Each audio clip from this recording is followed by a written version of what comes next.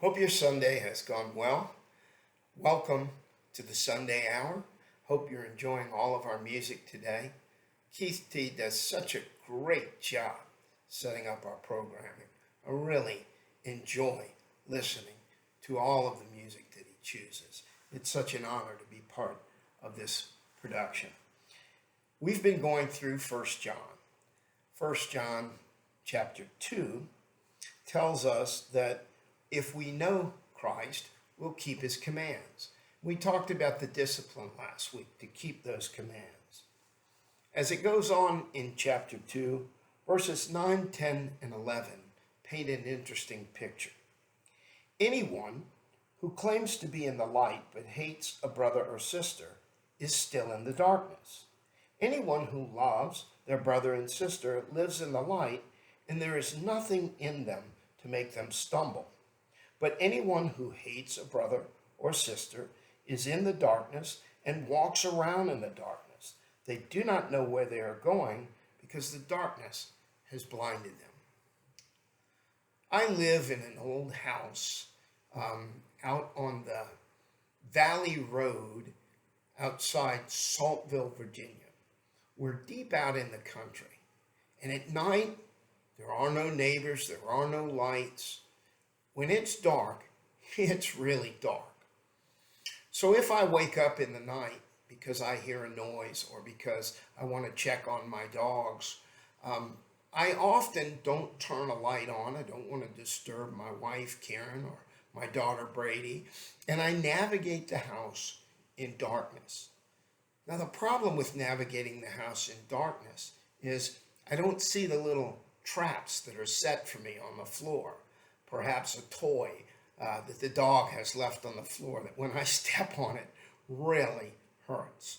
Or I kick a baseboard going through a doorway because I'm not quite in the center of the doorway, not seeing that there's an obstacle in front of me. Interestingly enough, when these things happen, I'm the one that gets hurt. And so it is when we hold on to anger, when we hold on to jealousy, when we hold on to discord. Perhaps we've got a friend or a family member that we feel has wronged us, and we hang on to that.